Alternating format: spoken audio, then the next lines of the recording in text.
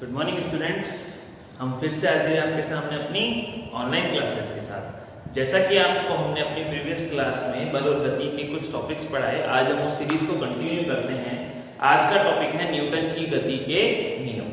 ठीक है, न्यूटन हमेशा बल और गति के लिए बहुत ज्यादा माना जाता है। सर आइजैक न्यूटन ने बल और गति पर, ठीक है, अपने बहुत सारे प्रयोग किए और उन प्रयोगों से उसने 3 नियम बनाए। तो न्यूटन की गति के 3 नियम होते हैं। ठीक है, पहला नियम क्या होता है? पहला नियम होता है जड़त्व का नियम। पहला नियम होता है जड़त्व का नियम। इस नियम के अनुसार अगर कोई वस्तु, ठीक है, इस नियम के अनुसार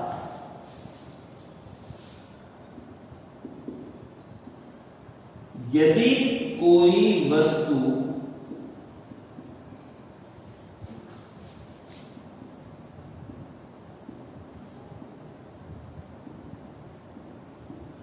स्थिर अवस्था में है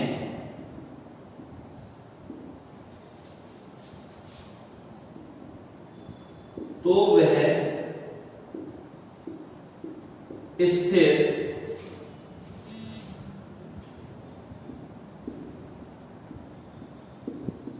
बनी रहेगी अथवा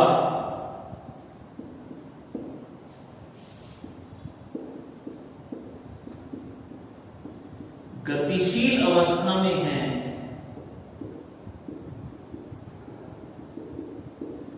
तो गति करती रहेगी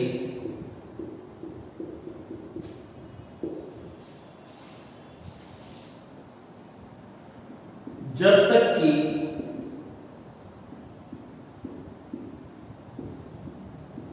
उस पर कोई बाह्य बल ना लगे। जब तक कि उस पर कोई बाह्य बल ना लगे। इसका मतलब क्या है? अगर हम किसी वस्तु को कहीं पर रख देते हैं, जैसे मैंने इस वस्तु को यहां पर रख दिया, ठीक है, तो ये यहां पर कब तक रखी रहेगी? ये यहां पर तब तक रखी रहेगी जब तक मैं खुद इसको ना हिला दूं। ठीक है, अगर मैं यहां पर खड़ा हूं तो मैं यहां पर कब तक खड़ा रहूंगा? जब तक मेरी मर्जी होगी। जब तक मैं इस पर कोई बल ना लगाऊं, मतलब अपनी बॉडी को मूव ना करूं, ये सरकेगी ही नहीं। और अगर मैं गति कर रहा हूं तो मैं गति करता रहूंगा जब तक कि कोई बल मुझ पर ना लगे मुझे रोकने के लिए। जैसे आपकी अगर गाड़ी चल रही है तो वो चलती रहेगी हमेशा, अगर उसके अंदर पेट्रोल खत्म ही ना हो, ठीक है, लेकिन पेट्रोल खत्म हो जाता है तो उस पर लगने वाला बल भी क्या हो जाता है? खत्म, तो गाड़ी रुक जाती है। और अगर कोई चीज रखी है, कोई वस्तु रखी है, तो वो तब तक रखी रहेगी जब तक कि उस पर कोई बाह्य बल ना लगे। ठीक है, इसका उदाहरण क्या हो गया?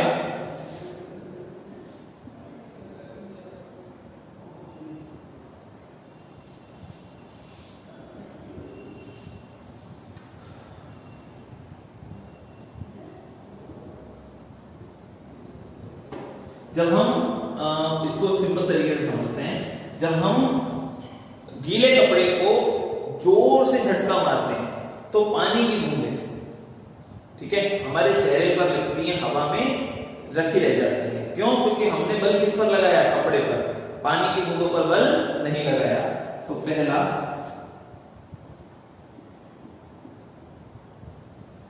कपड़े को झटका देने पर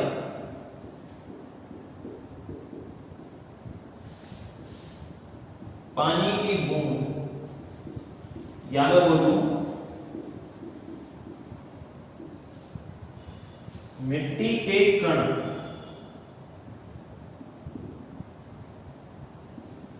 का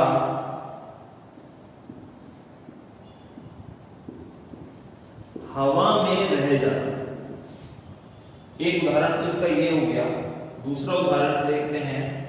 दूसरा उदाहरण हो गया, जब आप पेड़ को जोर से हिलाते हैं तो पेड़ तो हिलता है लेकिन उसके जो फल हैं वो नहीं हिलते हैं, तो वो टूटकर कहां गिर जाते हैं? नीचे। ठीक है, तो पेड़ को हिलाने पर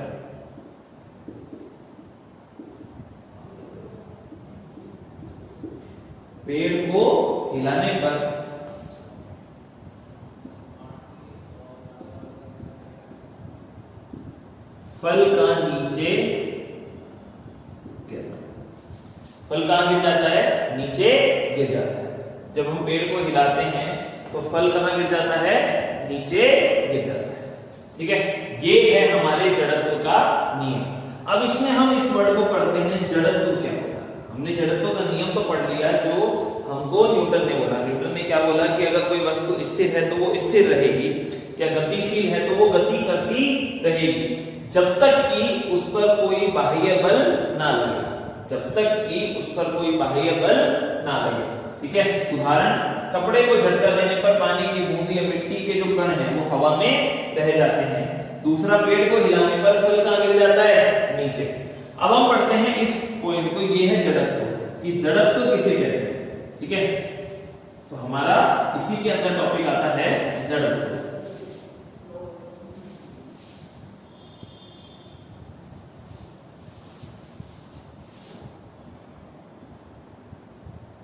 हमारा इसी के अंदर टॉपिक क्या आता है?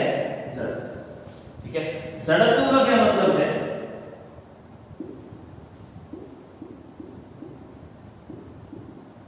किसी वस्तु का अपनी स्थिति या अवस्था में, स्थिति या अवस्था में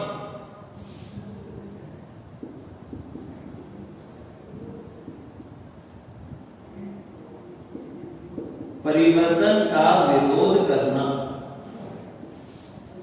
परिवर्तन का विरोध करना।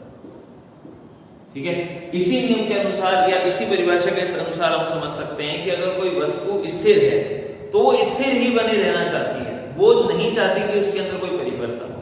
या कोई वस्तु गतिशील है तो गतिशील ही बने रहना चाहती है, वो नहीं चाहती कि उसके अंदर कोई परिवर्तन हो, और इसे ही हम क्या कहते हैं? जड़त्व। ठीक है, तो ये होता है हमारे गति का प्रथम नियम, जिसे हम जड़त्व का नियम भी कहते हैं। इस नियम के अनुसार यदि कोई वस्तु स्थिर है तो वह स्थिर बने रहना चाहती है, या अथवा गतिशील है तो गतिशील बने रहना चाहती है, गति करते रहना चाहती है जब तक कि उस पर कोई बाह्य बल ना लगे। जैसे ही उस पर बाह्य बल लगेगा तो उसकी अवस्था और स्थिति में परिवर्तन हो जाएगा। इसके हमने दो एग्जाम्पल पढ़े कि अगर हम किसी कपड़े को जोर से झटका मारे तो उसमें धूल के कण और पानी के कण, धूल के कण या पानी के कण हवा में रह जाते हैं। दूसरा, पेड़ को जब हम हिलाएं, ठीक है, तो फूल और फल या सब्जियां जो भी हैं वो कहां गिर जाए? टूटकर नीचे। फिर हमने पढ़ा अभी इसके बारे में जड़त्व। जड़त्व का मतलब क्या है? किसी वस्तु का अपनी स्थिति में परिवर्तन का विरोध करना। यह नहीं चाहती कि इसकी स्थिति में कोई भी परिवर्तन हो। ठीक है, अब अगला नियम आता है गति का दूसरा नियम। ठीक है, दूसरा नियम है गति का दूसरा नियम। ठीक है, इसे से संवेग परिवर्तन का नियम भी कहते हैं।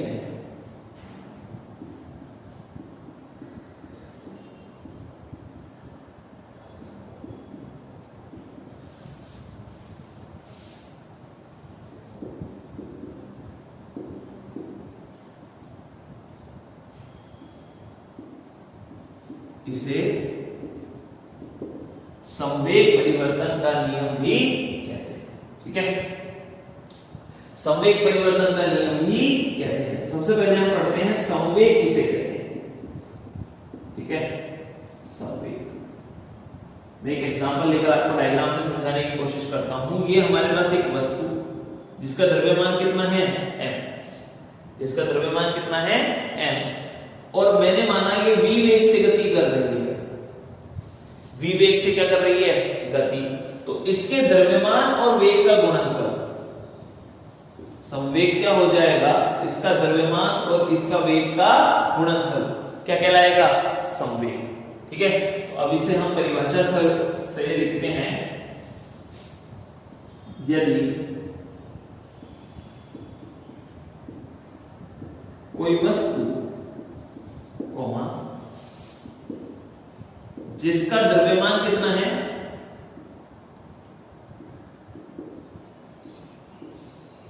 m, जिसका द्रव्यमान कितना है, m है, v सदिश वेग से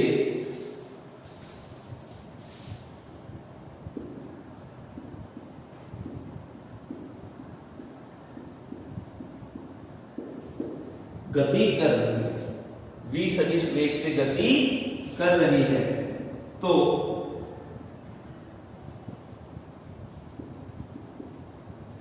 द्रव्यमान व वेग का गुणनफल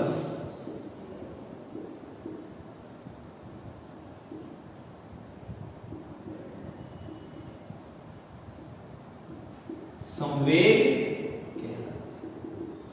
द्रव्यमान व वेग का गुणनफल क्या कहलाता है, संवेग कहलाता है।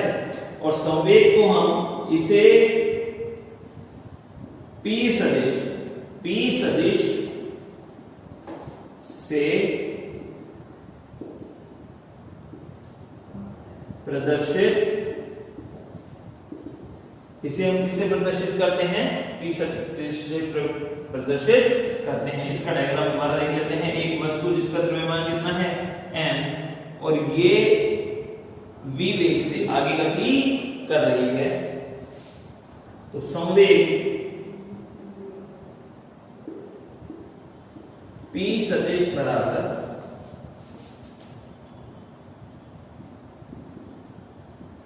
द्रव्यमान m गुणा वेग v सदिश।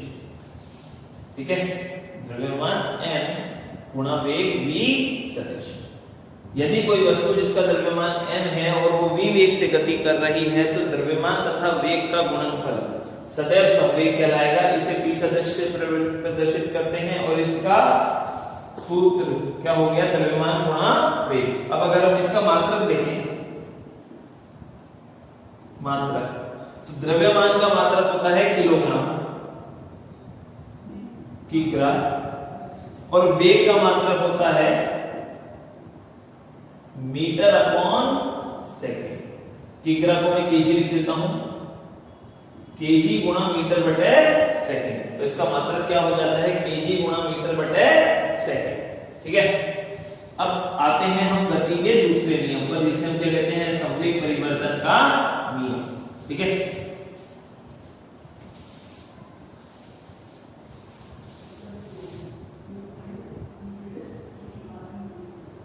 इस नियम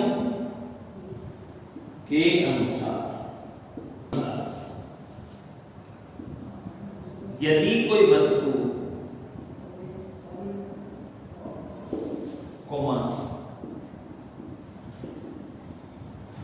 जिसका द्रव्यमान m व वेग v सदिश है एवं संवेग P सदिश से गति कर रही है, तो वस्तु पर लगा बल F सदिश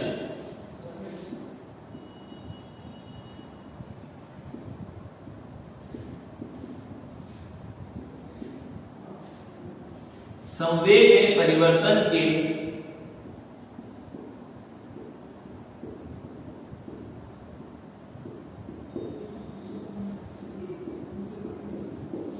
समानुपाती होता है। संवेग में परिवर्तन के क्या होता है, समानुपाती होता है। मतलब F सदिश किसके समानुपाती होगा, dP upon dt। dP P ये दिखाता है संवेग में परिवर्तन की दर। ठीक है, अब हम इसका गणितीय विश्लेषण कर लेते हैं। ठीक है, इसका हम कर लेते हैं गणितीय विश्लेषण। मैं इसको रब कर देता हूं।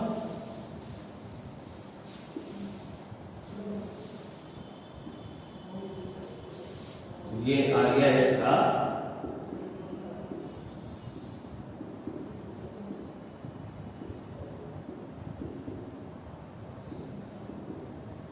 गणितीय विश्लेषण। ठीक है,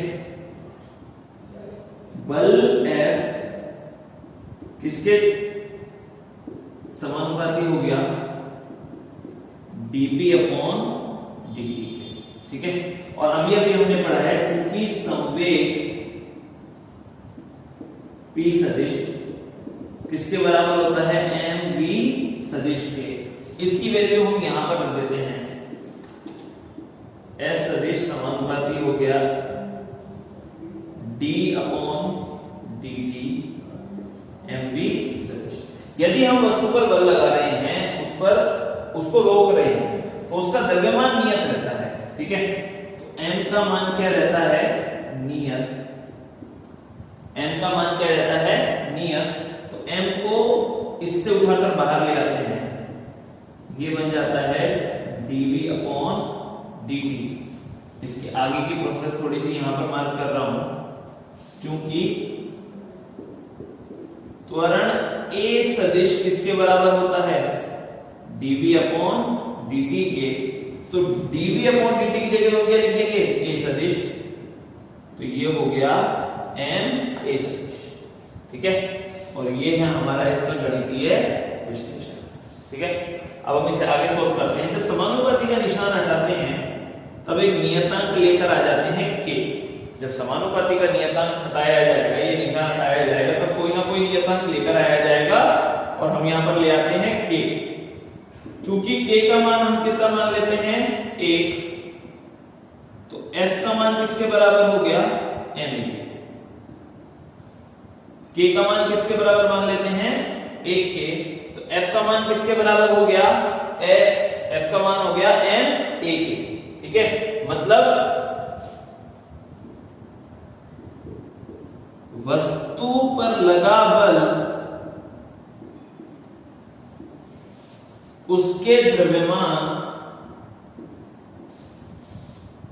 व त्वरण का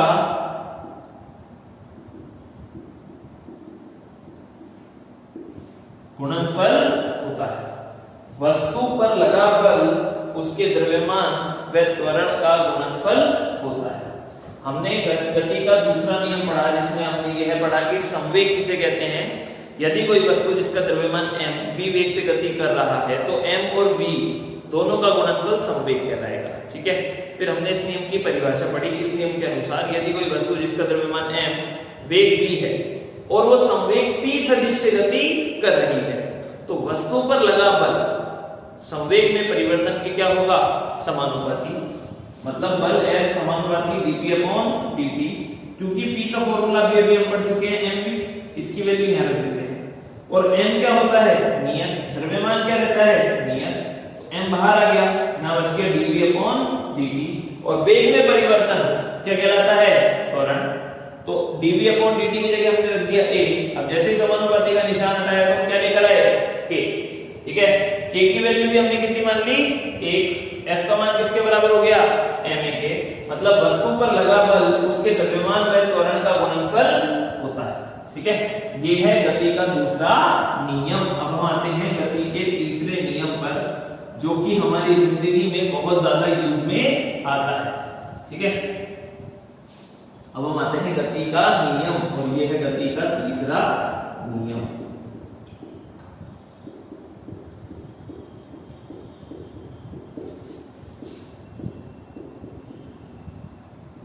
ठीक है, इसे हम क्रिया प्रतिक्रिया का नियम नहीं कहते हैं। इसे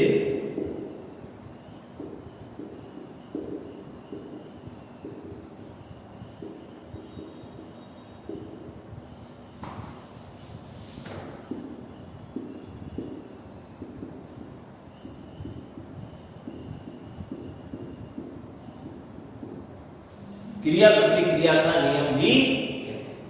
ठीक है, पहले एक बार समझ लेते हैं, फिर इसकी परिभाषा लिखेंगे। इसका मतलब क्या है, हमारे पास एक वस्तु, ये हम मान लेते हैं ए, और ये एक वस्तु, ये हम मान लेते हैं। ठीक है, ये दो वस्तुएं एक दूसरे पर बल लगा रही हैं। जैसे ए बी पर बल लगा रही है, तो ठीक इसी समय बी भी ए पर क्या लगाएगी, एक बल। बी भी ए पर क्या लगाएगी, एक बल। यदि कोई वस्तु किसी दूसरी वस्तु पर बल लगा रही है, तो ठीक उसी समय दूसरी वस्तु भी पहली वस्तु पर बल लगाएगी। इन दोनों का परिमाण तो समान होगा, परंतु दिशा क्या होगी, विपरीत। परिमाण तो कैसा होगा, समान, परंतु दिशा क्या हो जाएगी, विपरीत। ठीक है, समझ में आ गया। और अगर परिमाण ज्यादा हो गया, एक वस्तु दूसरी वस्तु को सरका देगी। ठीक है, इसे हम परिभाषा अनुसार लिखते हैं।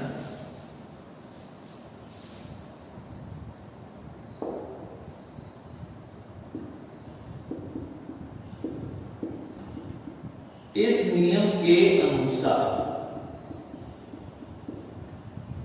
इस नियम के अनुसार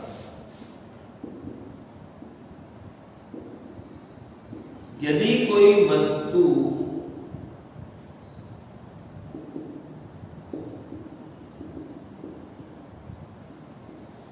किसी अन्य वस्तु पर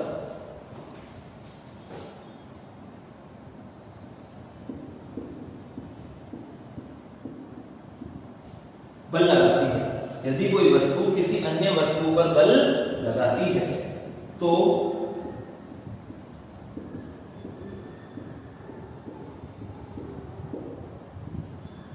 ठीक उसी समय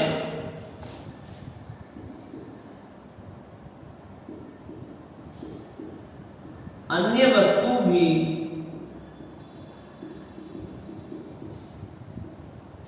प्रथम वस्तु पर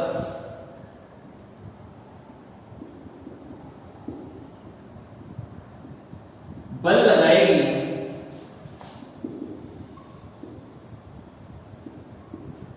जिसका परिमाण समान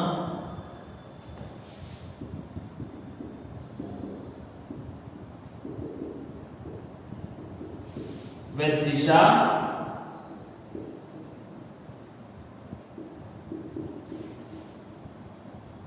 विपरीत होगी। वह दिशा क्या होगी, विपरीत होगी।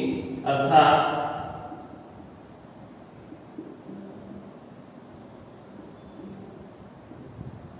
प्रत्येक क्रिया की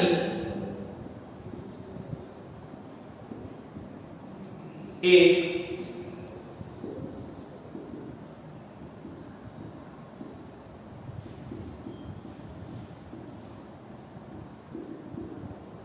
प्रतिक्रिया होती है।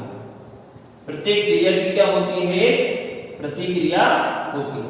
ठीक है, अर्थात हम एक वस्तु देख लेते हैं ए, और एक वस्तु इसके साथ रखी है बी। ठीक है,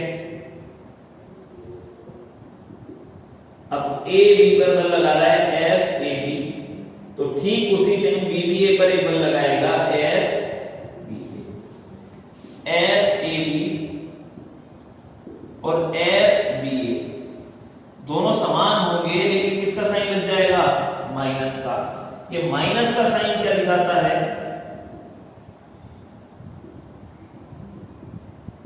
विपरीत दिशा। माइनस का साइन क्या दिखाता है, विपरीत दिशा। ठीक है, यदि कोई वस्तु किसी अन्य वस्तु पर बल लगाती है, उदाहरण के लिए ये एक वस्तु, ये दूसरी वस्तु, ये इस पर बल लगा रही है, तो ठीक उसी समय ये वस्तु भी इस पर क्या लगाएगी, बल। ये इस तरफ तो ये इस तरफ, दोनों के परिमाण तो समान होंगे, परंतु दिशा क्या होगी, विपरीत। ठीक है, और अगर किसी का परिमाण ज्यादा हो गया तो वो दूसरी वस्तु को सरका देगी। इसे हम कहते हैं क्रिया प्रतिक्रिया का नियम। ठीक है, अब इसके उदाहरण देखते हैं। इसके उदाहरण काफी बार पूछे जाते हैं, तो उदाहरण देखते हैं। और उदाहरण अपन क्वेश्चन से समझने की कोशिश करते हैं, ठीक है। जैसे क्वेश्चन आता है,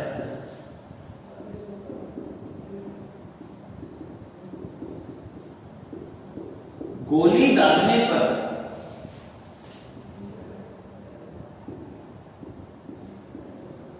चलाने वाले को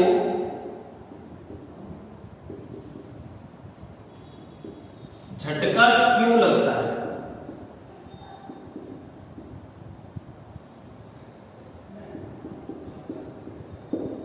ठीक है, ये हमारा क्वेश्चन है, गोली दागने पर चलाने वाले को झटका क्यों लगता है? ठीक है, जब गोली चलती है, ठीक है, जब गोली किसी राइफल से चलती है तब बंदूक गोली पर किधर की तरफ बल लगा रही है? आगे की तरफ। और ठीक उसी टाइम गोली बंदूक पर किधर की तरफ बल लगाएगी? पीछे की तरफ। इसलिए चलाने वाले को क्या लगता है? झटका। ठीक है, आंसर क्या हो जाएगा? जब बंदूक से गोली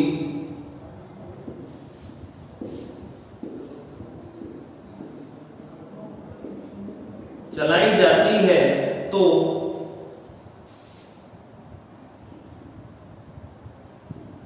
बंदूक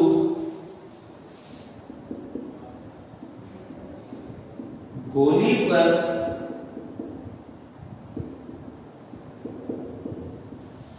आगे की ओर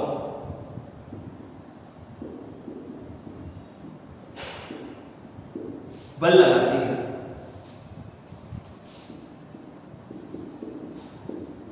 तथा ठीक इसी समय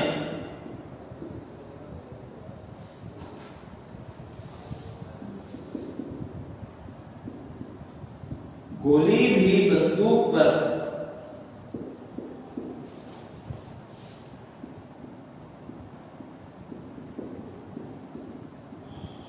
बल लगाती है जिसकी दिशा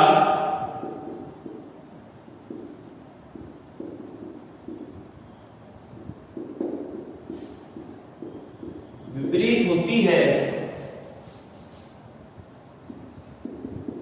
तथा जिससे चलाने वाले को